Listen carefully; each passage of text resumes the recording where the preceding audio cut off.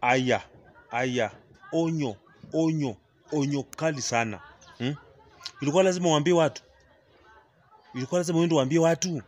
Umekuja kwangu Yesu umepata hivi, yeye umepata. Unaambia watu kusaidia na nini? Hata hujafika mbali mimi bado niko tu hapa. Ati oya, kwani ubuda rada yake anapika chapati na hana kitanda. Hiyo inakuhusu na nini? Mimi kama napika chapati na sina kitanda inakuhusu na nini?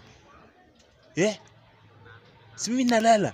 Wewe acha kuniongelea vitu kama hizo, unakuja kwangu unaanza kuniongelea vitu gani hizo? Alinapika chapati na sina kitanda. Hiyo sasa inakuhusu na nini?